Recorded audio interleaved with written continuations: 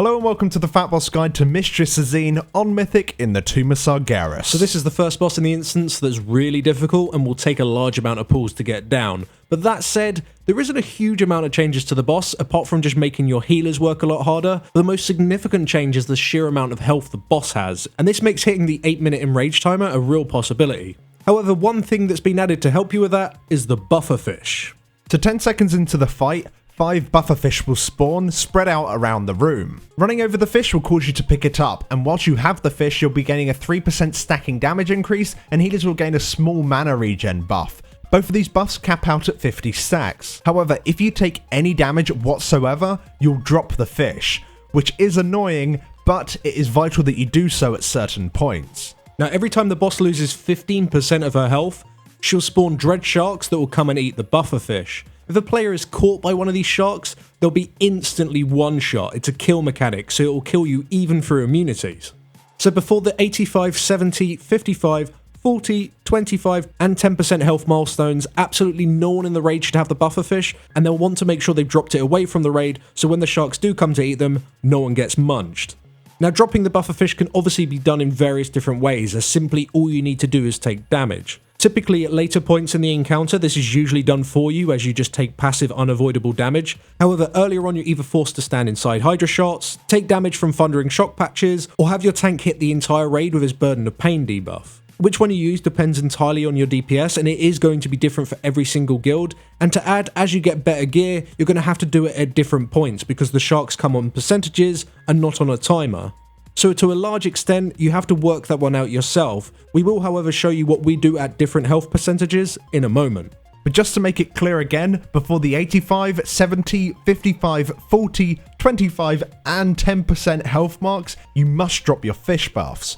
The sharks will come, eat the buffer fish, and they will respawn shortly afterwards. You'll then have to have a new set of people pick them up, as after you drop your fish, you won't be able to pick up another one for 2 minutes. So when it is your turn, you do need to try and make the most of it. Now, the other hurdle for you to get over in this fight is the Hydra Shot. On Mythic, there is 4 players targeted rather than just 3, and without any damage reductions, you need a minimum of 3 people in each beam. We have our buff fish players ignore these beams, so we only have 15 players soak. Note that on the first week, the Hydra Shot could be cheesed with Death Knights. You could just have Blood Death Knights stand in the middle of the boss and they soak every single Hydra Shot. This no longer works. The stun effect cannot be removed and it lasts for a really long time. And anyone that does get stunned in this fight, you're very likely to die from all of the other mechanics, so don't even bother trying to cheese it.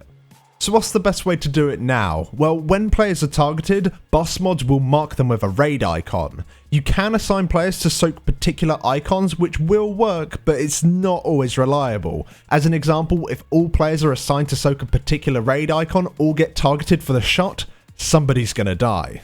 In the description, you'll find a link to a weak aura that will dynamically assign people to markers. It will also sometimes assign you to soak whatever you like just to help reduce the damage. This weak aura just makes things a lot easier and will significantly reduce your wipe count. When dealing with the Hydra Shots themselves, we do use a healing cooldown to cover every single one, even if it's something small like a guidance or a druid or paladin artifact. And the last important change that everyone needs to be aware of is the puddles that are left behind by the Abyss Stalkers when they die, as they don't last as long as they did on Heroic. The Abyss Stalkers need to die just as the tornadoes spawn, otherwise the puddles aren't going to be around to actually stop the tornadoes. Now, to pull this off, you need to make sure that you balance your DPS around them. If you have absolutely everyone hitting them in your raid, then they are going to die. If you have people that are buffed with a buffer fish and they're just plowing damage into them, they're going to die. So you really need to find a balance, and that's simply something that you need to do yourself. And as you can see on screen now, when the tornadoes are finally hit and they're slowed, they don't despawn like they do in Heroic, so they are still left up. This makes the gap that you have to play in slightly smaller.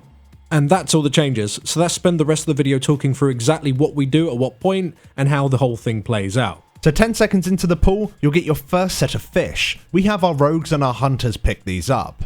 The first set is dropped by the second Burden of Pain. The tank just needs to make sure that he has a large damage reduction so that the melee hit deals very little damage to the raid. You can use the Hydra Shot that comes in beforehand instead if you prefer. The burden just gives you a longer uptime of the buff. The buffer fish players need to make sure they move away from the raid to drop the fish so nobody accidentally picks them up and then gets eaten by a shark. The second set that spawn shortly afterwards are picked up by the remaining range DPS. This set again is dropped like the first, using the Burden of Pain from the tank. Once again, those buffer fish players need to make sure they move towards the edges of the room as they drop, making sure they keep their fish away from high traffic areas. Shortly afterwards, we transition into phase 2. In this phase, we typically keep the boss around the edges of the room, and the reason behind this is because of the crashing wave. The wave on Mythic comes in so much quicker than it did in Heroic, so much so if you're caught in the middle of the wave when it spawns, without a movement speed increase or a blink or any other mobility spells, you're pretty much dead. So as you can tell, this is rough on many classes that don't always have a spell available. By keeping the boss towards the edges of the room, it simply just reduces the chance that a player is going to be caught right in the middle of it. If you have Stampeding Roar and Speed Totems available for every single wave, then you won't have an issue whatsoever. Just make sure you assign them for each and you're golden. Now right at the start of the phase, we don't actually pick up the buffer fish, instead we wait for the first devouring maw. On Mythic, these maws deal a huge amount of damage, they also cross over with Hydra Shots, and they require more ink from the ground to actually break them. We have players stood right next to ink just before the maw starts, so they can quickly pick it up and end it as soon as it begins. On Mythic, you need a total of 5 ink puddles to end it. Once the first maw is over, we have our healers go and pick up the fish. If your DPS is really high, healers will be forced to manually drop the fish themselves just before the 55% mark using the goo on the ground. Alternatively, you don't need to worry about the ink and instead you'll just passively drop it when the next maw comes in. And from this point after the second maw, we no longer use healing cooldowns on any of the Hydra Shots. It's vital that you save everything for the last phase. Between 54 and 40%, we just have random unassigned people to pick up your fish, as your uptime from this point onwards is pretty low and it doesn't really matter who picks it up, if anyone at all. Now once she hits 40%, you'll go into phase 3. We restart our fish rotation in this phase, but again like phase 2, having decent uptime is difficult. You no longer have the unavoidable damage from the maw dropping your fish, instead you have the ink patches. Towards the end of this phase, you'll have like 50 or more of these patches up, and it gets to the point where they're very difficult to avoid. If your damage is high enough, it may be worth completely ignoring the fish at this point and leaving them far away from the raid, but you'll need pretty insane gear to pull that off. The best way to drop your buffer fish in this phase is simply using the ink that is far away from the raid. You'll be getting crossover points where you have tornadoes and Corvelius, and this does limit your space greatly. If you add a poorly placed buffer fish into the mix, people are very likely to get sharked. So in this phase, it's all about dealing with the mechanics before they hit you. You need to be watching your timers and planning out your movement beforehand. Whilst on top of this, using a healing cooldown for every single Hydra Shot. It's very easy for somebody to be comboed by soaking ink and then getting Hydra Shotted moments later. Using cooldowns significantly reduces the chance that those players that messed up will die. And as you can see, this phase is extremely healing intensive. You want to try and have as much mana as possible before the boss transitions. To help get through this phase even quicker, we use Bloodlust at 25% just as we start to execute. Towards the end of the phase, to deal with some of the rough Hydra Shot combos, you might want to consider sacrificing people. You can just have 2 players simply stand right in the middle of the boss and have everybody else jump out of the beams. Those 2 players will die, but the 4 Hydra Shot targets will live. But that being said, it is possible to survive every single Hydra Shot combination if you're prepared beforehand.